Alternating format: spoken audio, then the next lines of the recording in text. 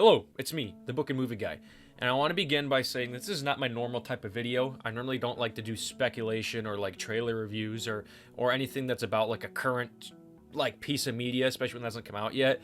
But in case you haven't noticed by some of my past content, I am a huge Superman fan. I know I don't talk about comic books exclusively or all the time, but I love comics, I love Superman, and I love superhero movies. They're like one of the things that got me into movies, and Superman has always been my favorite superhero.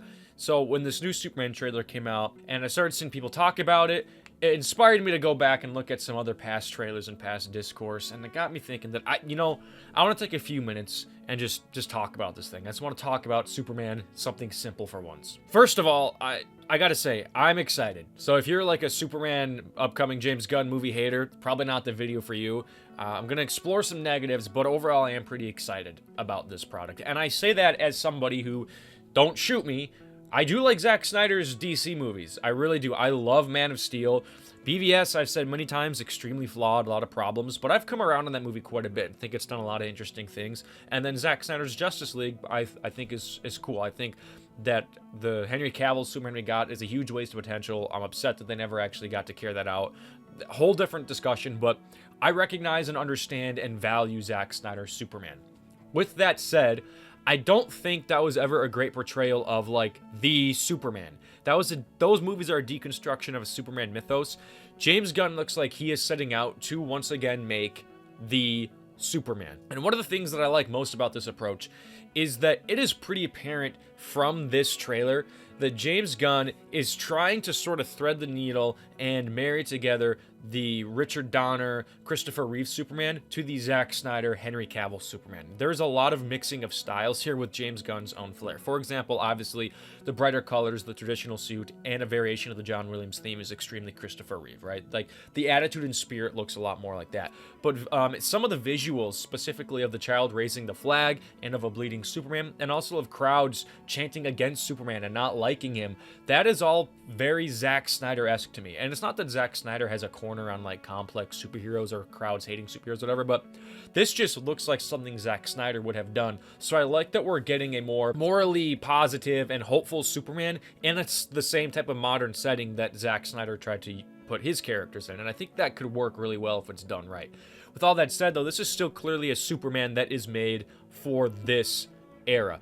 James Gunn, to me, seems like he's trying to create a symbol of hope who is nonetheless still vulnerable and complicated. And I think we see that in a lot of the visuals, but also James Gunn has said some things about the movie that make me really interested and excited to see the direction he can take this character, especially in relation to kind of the politics that surround and always have surrounded Superman. When asked about why Superman is bleeding in the trailer, James Gunn didn't give a traditional, oh, he got punched really hard answer. He took it more thematically, and here's what he had to say about it.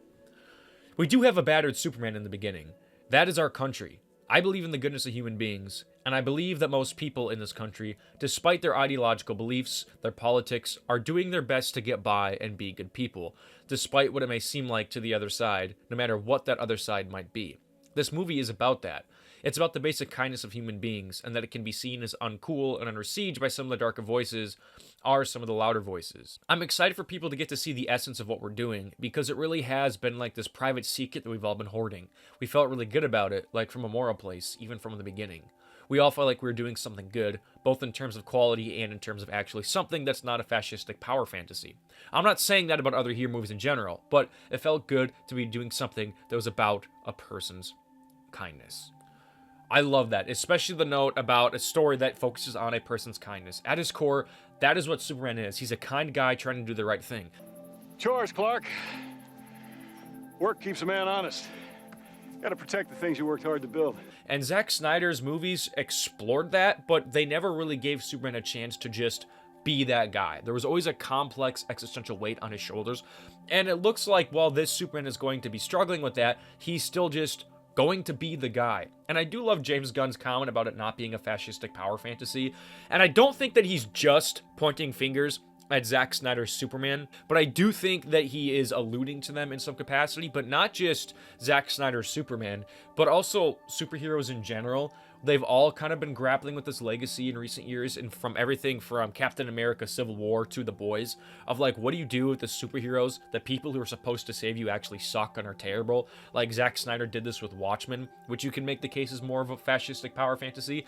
I like seeing that James Gunn is just now trying to embrace a guy who has power and is going to use it for good, no questions asked. Of course, there are conversations about what that good actually is, but it looks like he's sort of trying to just recenter the morality of Superman as a character and as a figure, which I really like. Specifically, it looks like James Gunn is trying to build a clear version of Superman. As I mentioned earlier, he's trying to build like the Superman of this era. And Zack Snyder's Superman, for as interesting as he is still a deconstruction of that mythos. And yet, through that deconstruction, Zack Snyder, I don't feel for audiences, ever really constructed who he thought that character was. Well, I think it's great to deconstruct characters and mythos and whatever. You can't really do that until audiences are totally familiar with who that person is.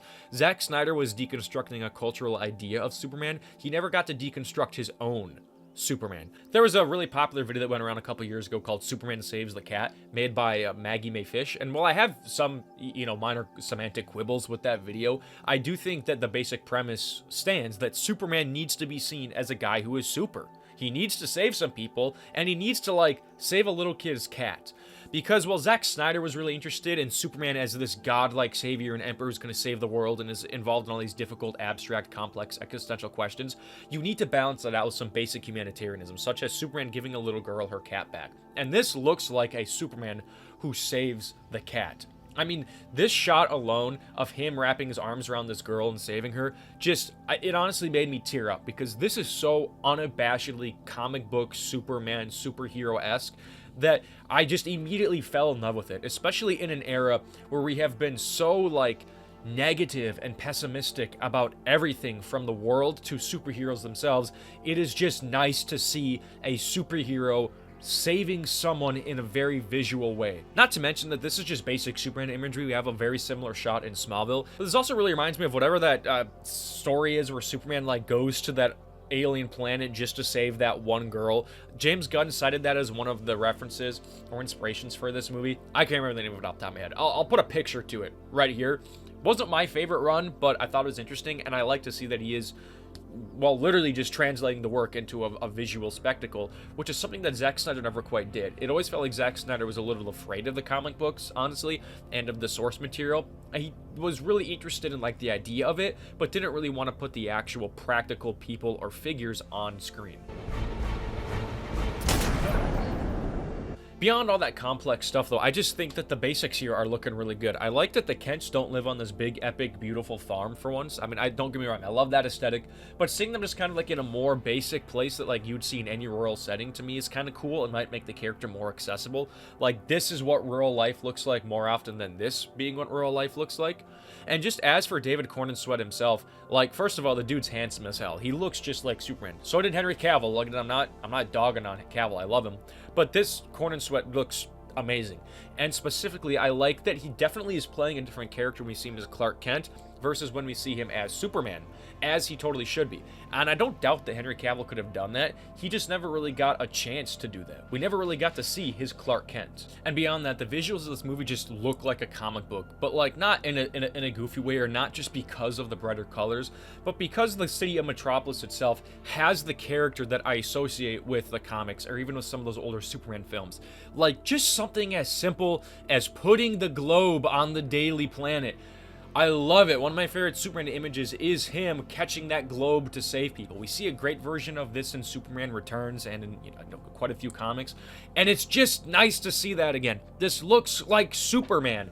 Zack Snyder's Metropolis was just any place USA. It could have been any huge metropolis city.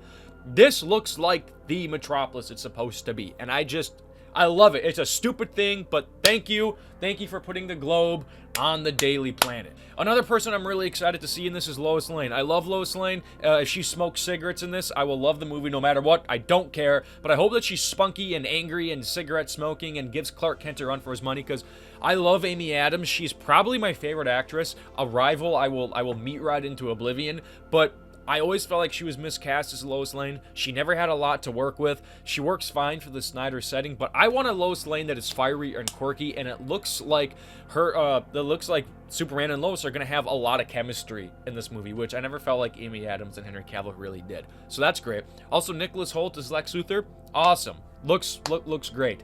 And I'm interested in Gunn's comments about like good people doing kind things in the context of Lex Luthor. I really hope that he's not just like an evil corporate bastard.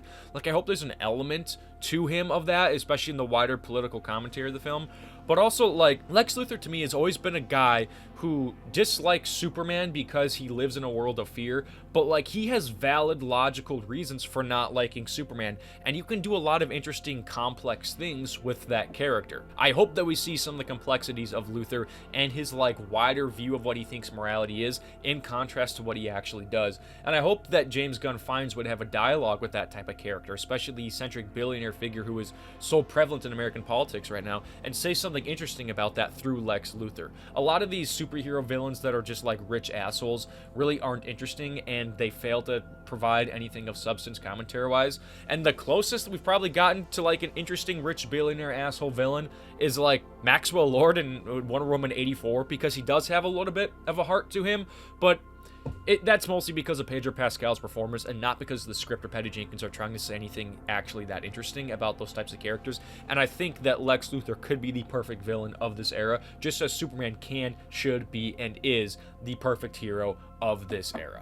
With that said, there are, of course, things that I don't like. Some of the other superheroes make me nervous, like Hawk Girl and Guy Gardner. I mean, his haircut looks great, her suit looks great. I just don't want them to be stealing the show from Superman. I would really like a story just focused on him. I don't want to make judgments or guesses, though. It's too early to say. That's just something I'm a little worried about. Some of the CGI looks not the best. Some of the coloring in these big CGI sequences looks like my least favorite moments from other James Gunn movies.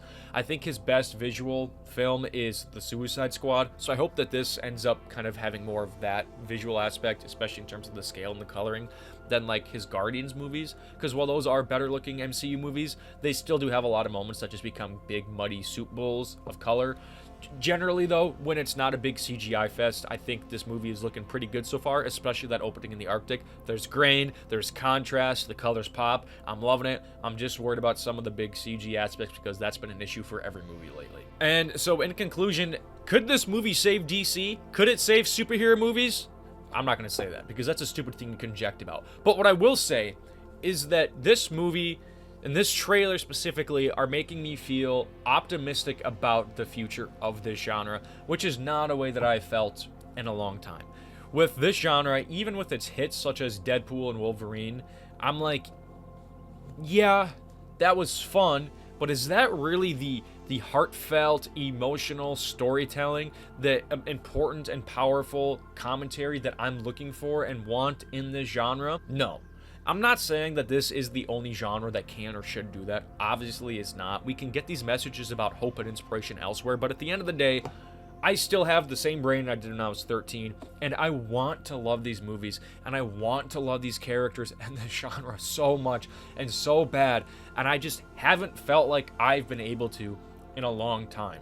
And I hope that James Gunn can convince me and convince everybody else that these characters still have something important to say, that they can remain timeless, but also be modern and interesting and complex and heartfelt and cool. I really hope that this movie can do that. And I'm optimistic also because people are talking about it, and it's not just like a hate fest that you get for so many things, and it's not just people excited because somebody from an obscure movie made 20 years ago is in it.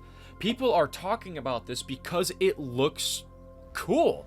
And that is awesome to me. Like, I've gotten content about this movie organically, not because I've brought it up to somebody, not because I looked it up somewhere, but because I'm just seeing it appear in my life, whether it be in-person conversations with random people or, in various spheres online. I'm seeing conversations about this. I don't remember ever hearing anything about like Aquaman 2 or The Flash or the Marvels outside of what a dog shit schlockfest they were going to be.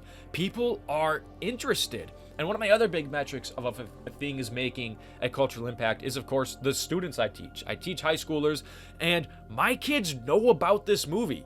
They know who David Cornenswet is, largely because he's handsome, yes, but like, that is half the battle when it comes to getting the public, especially young people, interested in a property, and they're interested.